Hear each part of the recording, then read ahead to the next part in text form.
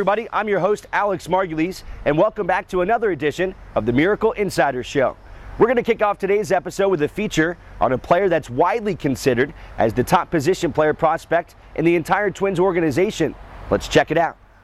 Meet 21-year-old Aaron Hicks, a talented outfielder from Southern California who was selected in the first round of the 2008 Major League Draft by the Minnesota Twins.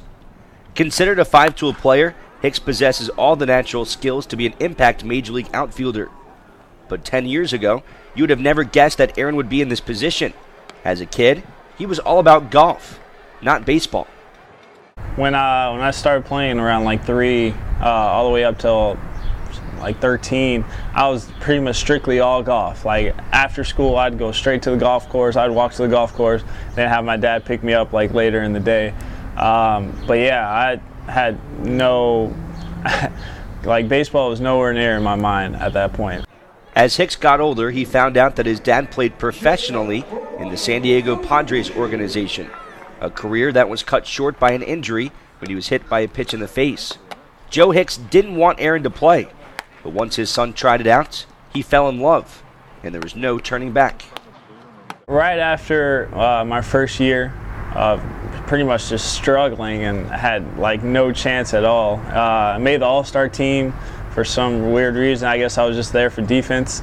Yeah, and then I was just playing, just having all the fun with all the guys. His struggles as a kid didn't last long, though, and just a few years later, he was one of the most sought-after amateur players in the entire country. What I was told was that I wasn't getting past 15 at the Dodgers because the Dodgers were loving me, me just being a hometown guy.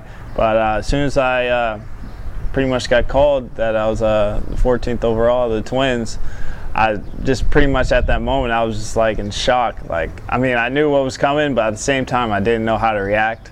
I was just like, oh my God, like, I just got so excited. After the draft, Hicks began his pro career in Fort Myers as an 18-year-old with the rookie-level GCL Twins, led then by current Miracle manager Jake Mauer. With him, he made a transition pretty easy.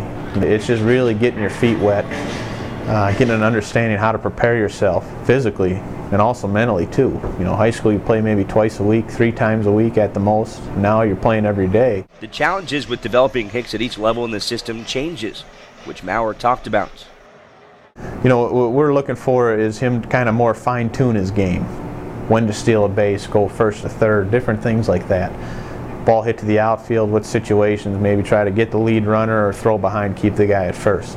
Now you're starting to develop more of the baseball game type, we call game, mentality and instincts and things like that. Miracle hitting coach Jim Dwyer, an 18-year Major League veteran who has been coaching in the Twins organization now for 15 years, has the task of helping Hicks develop his hitting skills at this level. He's got a lot of work to do, but down the road, I think he's going to be a pretty good player. I mean, he plays a great center field. He's got a strong arm. He's speed. He has instincts on the bases. He just needs to come around with the bat, get some at bats, and get a little database of knowledge in his head. And he's pretty young, and he just got a lot of work to do. One thing that Dwyer has been trying to instill in Hicks is not to worry about hitting home runs. Instead, to become a complete hitter. They're kind of the children of the steroid era, and you got to impress upon them that hitting skills are, more games are won on bases than home runs. Many more games are won on base hits, and you just try to, I try to tell them, I tell them I don't care if you hit a home run all year. I want you to be able to hit for average, and I'm satisfied with line drive base hits and doubles up the gap right now. The home runs will come later. Looking at his physical tools alone, many in the game have compared Hicks to another former young outfielder that came through the Twin system. There has been comparisons with Torrey Hunter. As far as development-wise, I think Hicksy actually might be ahead of Torrey Hunter at the same age right now. Dwyer says that one of the major things, though, is that patience is key. Everybody has to be patient. I have to be patient. He has to be patient. The Twins have to be patient. Learn how to become a big league hitter is not an easy thing to do. My dad used to say when I was a kid, you shake a tree and 100 gloves fall out one bat, and he's right. You can get anybody to go out there and field, but to find a guy that can field and hit, those guys are rare. I pretty much try not to worry about any of that at all. just as long as I'm playing my game, I'm doing the best I can. Is pretty much all I can do. I can't try to be more than I know I am. I mean, I can't just say, I'm going to go out and hit 40 home runs this year, so that's what I'm going to try to do, and that's going to be my goal. No, I got to play my game and do what I know I can do. You know, Hicks is one of those guys that can be pretty special. I mean, he can be an impact guy in the big leagues. He can stay there for a long time with his tool set. You know, now we just got to turn him into a baseball player, and you know, he understands that, and that's why he's getting after it pretty good.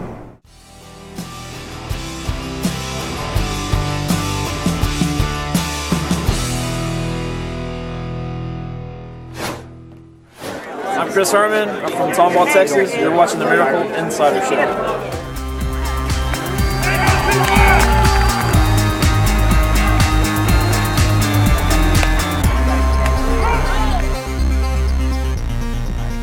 All right, we're down here in the bullpen and with Bruce Pugh.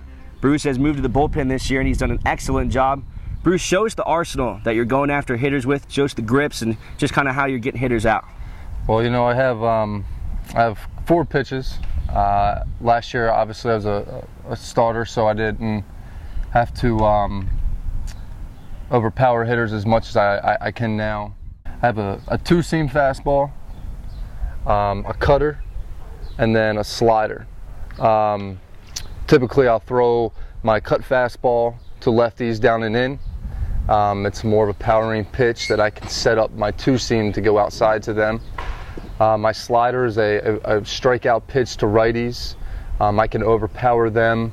I can also get them to chase it if needed, and then pound them inside with my fastball. I also throw a 4-seam fastball. That's mostly just to spot up and in to lefties or righties, kind of, you know, go into a spot that I really need to get to without much movement. Being in the bullpen, you know, you really have to attack hitters quick earlier in the count, so it doesn't give the hitter an opportunity to hit a mistake pitch. The cut fastball is my new pitch this year. It's more looks like a fastball coming straight in at you, and then right at the end it's only moving about 2 to 3 inches, just giving the hitter a little look at the end. And that's just, you know, throwing it just like a fastball at the end. You're kind of just it is what it is, a cut fastball, just cutting it off a little bit, versus my slider, moving the stitches over, using these 2 fingers, putting more pressure down and really snapping it off. Slider, you want to get more depth. Cutter, you just want to get side-to-side action, just a little bit of a cut. My 2-seam fastball, I usually start that to a righty, outer half or middle, and letting it work its way in on his hands, kind of more of a ground ball, break the bat kind of pitch. And versus a lefty, I'll start it at him and making it move away outside to get me that ground ball with the guy on first. So my arsenal of pitching this year has definitely been an adjustment. I definitely have attacked hitters more of a power pitcher this year than I was last. It's a lot of fun. It's a great time. That new pitch is definitely a work in progress, but it's fun to throw it, and I'm getting a lot of production out of it. You think that pitch is starting to become a little bit of your bread and butter? Absolutely. I mean, you know, I watched Mariano Rivera throw it, and I kind of want to get it to perfect it like him.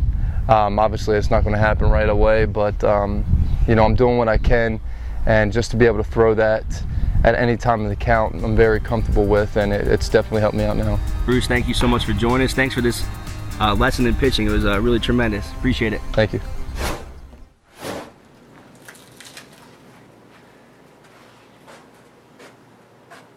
Oh, so you guys are having a pre-Cinco de Miracle taco party, huh? Don't you think that's some information I would like to know? I like tacos. Hi. You guys invited Sparky? I thought you said Sparky gave you the creeps. 5-6. Oh, Cinco de Miracle taco party. Okay. Arriba! Join us Thursday, May 5th for Cinco de Miracle. Enjoy $1 margaritas and Corona Nacho specials. Last week on the first episode of the Miracle Insider, we asked the viewers to submit story ideas to find out what you guys wanted to watch. The response was overwhelming, and we actually picked a story idea for this week's show from Bob Blair, who submitted the idea under his Twitter handle, Bob_B214. Bob wants to know what the experience is like here at Hammond Stadium from the time we arrive until first pitch and everything in between. So Bob, here you go.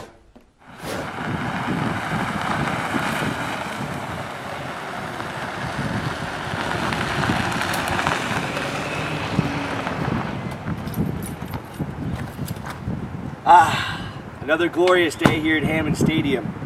Just on time too, so things are off to a good start. Now sometimes we'll do a lot of different things in the morning here at the ballpark. Sometimes it's sales calls, maybe other days designing things. But today we're gonna be really busy editing our stuff for next week's show. So let's take it up to the 3rd floor and see what everyone else is up to. Good morning, Miracle Baseball. All right, Mike, yes, I've got you down for the 50 tickets for the July 3rd fireworks extravaganza. It's going to be a fun one. So would you want to be able to upgrade to the all-you-can-eat ticket package that we've got going on?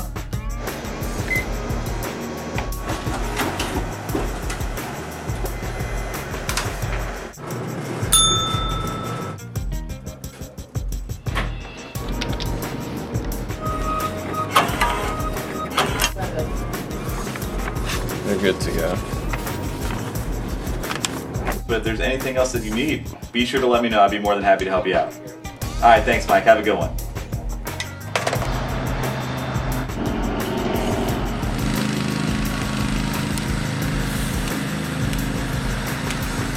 All right, it's 3 o'clock. The players are just now getting here. Time to get an interview and grab the lineups from Jake Mallon. What's up, Bryce? Hey, Jake, how's it going? Good, bud. Got the lineup for today? Ready to roll. Excellent. Thank you very much. You bet. I'll bring you back there in just a second. Thank you. Oh, you're from Miami, just down the road. You got some family come out to some games? Yeah, my mom's been down here a couple times already. And,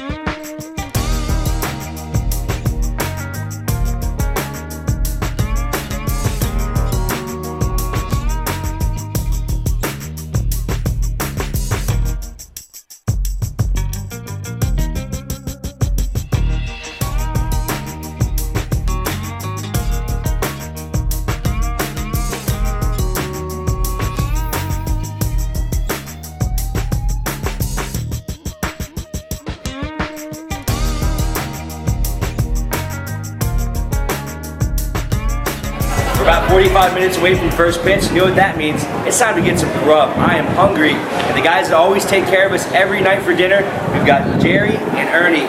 They make the best burgers, chicken sandwiches, brats. They've got it all down here on the concourse. What am I going to go with tonight? Of course, the cheeseburger.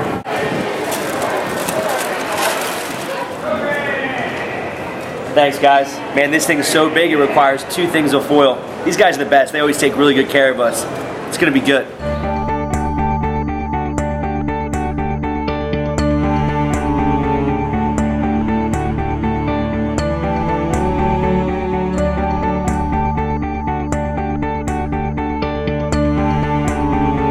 Good evening and welcome out to Hammond Stadium inside the Lee County Sports Complex. We welcome you to another edition of Miracle Baseball.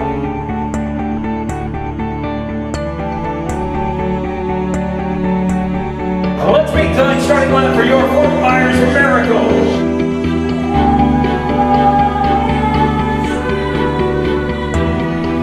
Kevin slowly looks in, and the first pitch tonight is up tight, and we are underway here in Fort Myers. Well, that's going to wrap it up for today's episode of the Miracle Insider Show. Make sure to submit your story ideas to Twitter and Facebook, and we'll pick the best one for a future episode. If you can't make it out to the ballpark, make sure to tune in starting this Monday for Miracle Mondays on 770 ESPN Radio and every single game on miraclebaseball.com with myself and Bryce Zimmerman. That's it for today's episode. We'll see you next time.